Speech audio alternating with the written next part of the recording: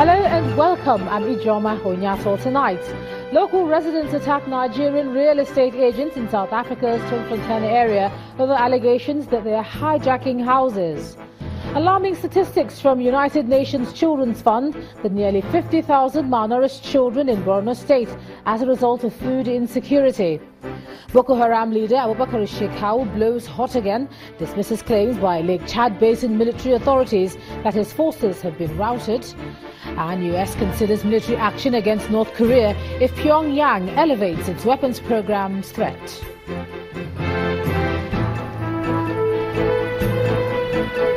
And on business news tonight, the Naira rallies to 444 against the dollar following central bank's sustained interventions at the forex market. And in sports news, FIFA suspends Mali after the government sacks the board of the country's football association. And from Abuja, federal government announces plans for resettlement of internally displaced persons from Bakassi in Cross River State.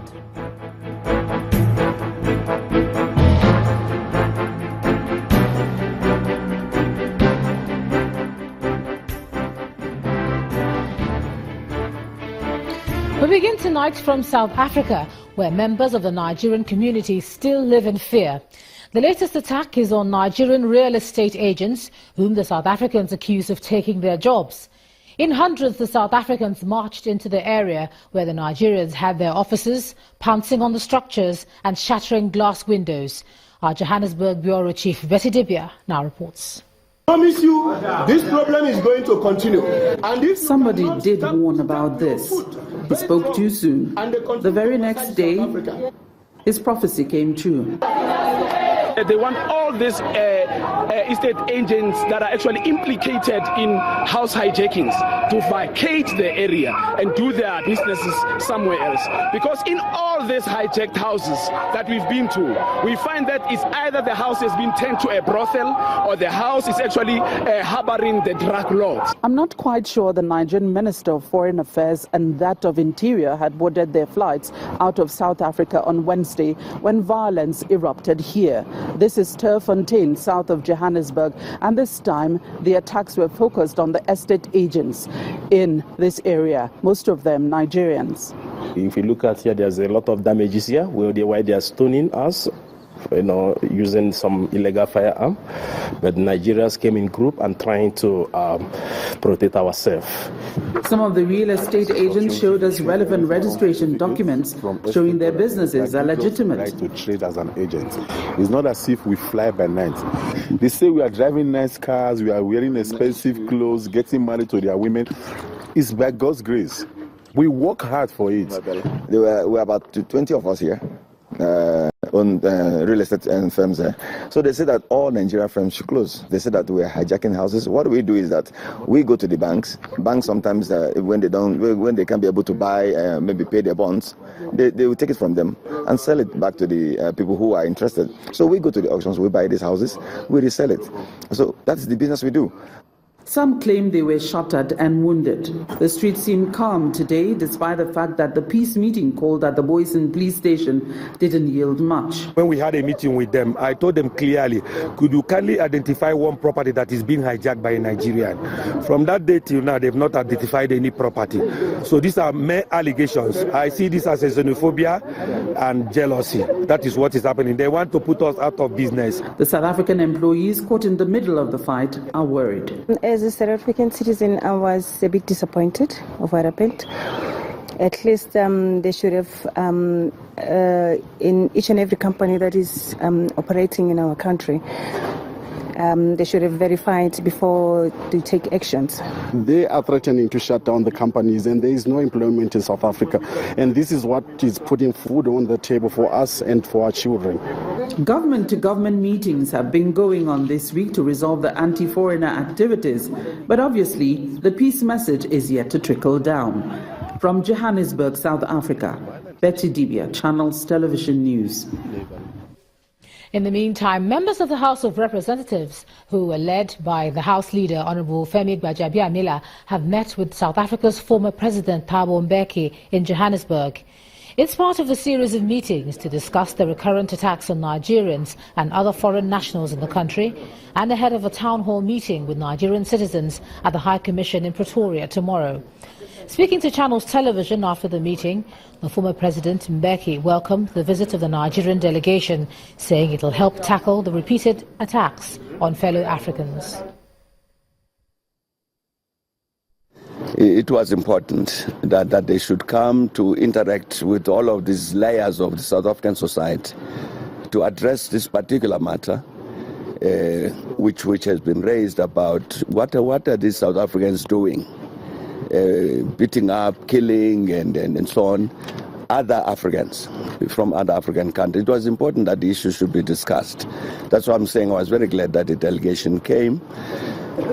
And I was happy to hear also now that they've been in interactions with the Parliament. They meant us, we are civil society. And I hope that they would be able also to interact with the government so that we can, all of us, grapple this matter to end it. We're happy we came. We're meeting the Nigerian community tomorrow. We're meeting the South African business community as well. And hopefully we'll be able to aggregate all of what we've heard from Parliament, what we've heard from the former president, and what we are going to hear from the South African business, what we're going to hear from the Nigerian community.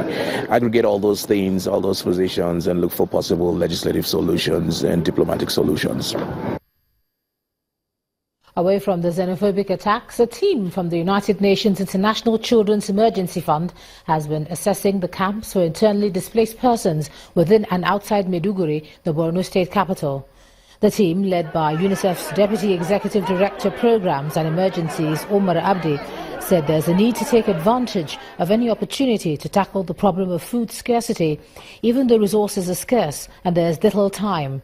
UNICEF estimates that nearly 50,000 children are severely malnourished as a result of the food insecurity. Nevertheless, the fund says it's ready to increase its support and try to fill the gaps observed during their tours. Nearly 50,000 children are severely malnourished as a result of this food insecurity. We've scaled up our programs, again working with other partners and supporting government efforts. I must say that first and foremost is the government of Nigeria, which is responding to this crisis.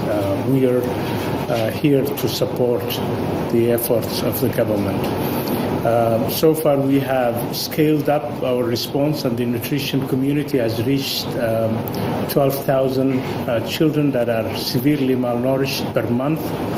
We need, though, to quadruple that number, 4 times that number, in order to reach all of the children that are severely malnourished. Children that are severely malnourished, if they are not treated quickly, they are at risk of dying, both for malnutrition but also for other diseases such as diarrhea and malaria. Resources are scarce, time is short. We need to have very much an approach that takes every opportunity to tackle the problem, and the water sector. Access to safe water is a very important part of this strategy. Meanwhile, Boko Haram leader Abubakar Shekau has reportedly reappeared in a video in which he dismisses claims that many of his members have been killed. According to the AFP, Shekau released a 27-minute video in which he spoke for about 20 minutes in Hausa and Kanuri, criticizing the countries in the Lake Chad area fighting the group under the multinational Joint Task Force. He's said to have singled out Cameroon, which reportedly announced on Wednesday that its soldiers killed about 60 Boko Haram fighters and arrested scores of others while freeing about 5,000 hostages. But Shekau in the video reportedly describes the claim as a lie, insisting that his so-called caliphate is running smoothly. Shekau also claims responsibility for the suicide bombings recorded in the northeast in recent times, including the attack in Maiduguri on Wednesday, which killed the 4 suicide bombers and 2 other people. The militant leader in December 2016 released a video also denouncing the statement by the Nigerian military that troops had flushed out his fighters from their stronghold in Sambisa Forest in northern Borno state. Away from security now, 3 people have died in a fire outbreak at an internally displaced people's camp in Konduga local government area of Borno state. The Mandari camp, located inside the College of Business Administration, houses 6,203 IDPs. The emergency response team of the National Emergency Management Agency drafted to the scene in collaboration with the Borno State Emergency Management Agency put out the fire. NEMA, through its Northeast spokesperson Abdul Kadir Ibrahim, said the fire started around 10:40 a.m. from the cooking area and spread through the camp. The injured have already been evacuated to the State Specialist Hospital in Maiduguri for treatment. In the meantime, military officials from Nigeria and the United Kingdom have promised to continue to build on existing synergy to improve its tactical operations. Officials of both countries who made the pledge at a meeting to mark the end of a week-long training on joint military planning in Abuja are optimistic that knowledge gathered will be put to use to sustain the peace. For 5 days, these military officers have been receiving lectures from military officials from the United Kingdom on improved planning in discharging security operations. They were awarded certificates to boost morale in their service to humanity. One after the other, they file out to receive their awards. The Director of Policy at the Defense Headquarters is optimistic that knowledge shared will be used to improve the nation's security. The challenges we face today threaten the corporate existence of our dear nation. Fighting these challenges is a collective effort, and our success hinges on sound planning and synergy. It is premised on this that I'm particularly delighted that the course took place.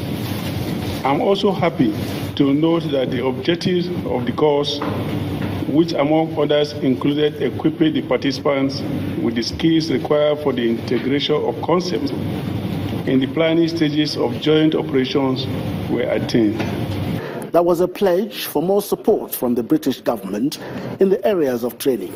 We've already conducted a training course at the back end of last year. We're doing this one now, and we're going to bring out a course later on in the year. And hopefully later on in the year we'll be able to do some training with some of the officers who are conducting the planning in the field, as it were. So I think that's the development, and this is part of an ongoing relationship that the UK has with Nigeria in providing assistance across a whole range of activities. With more commitment from the international community in helping the nation achieve better security, experts at this gathering promise to redouble their efforts in securing the lives of its people. In part two, after the break, tragedy in Delta State, mother of 4 electrocuted by gate with unusually high voltage following restoration of electricity in her area. That's in a moment. Please stay with us.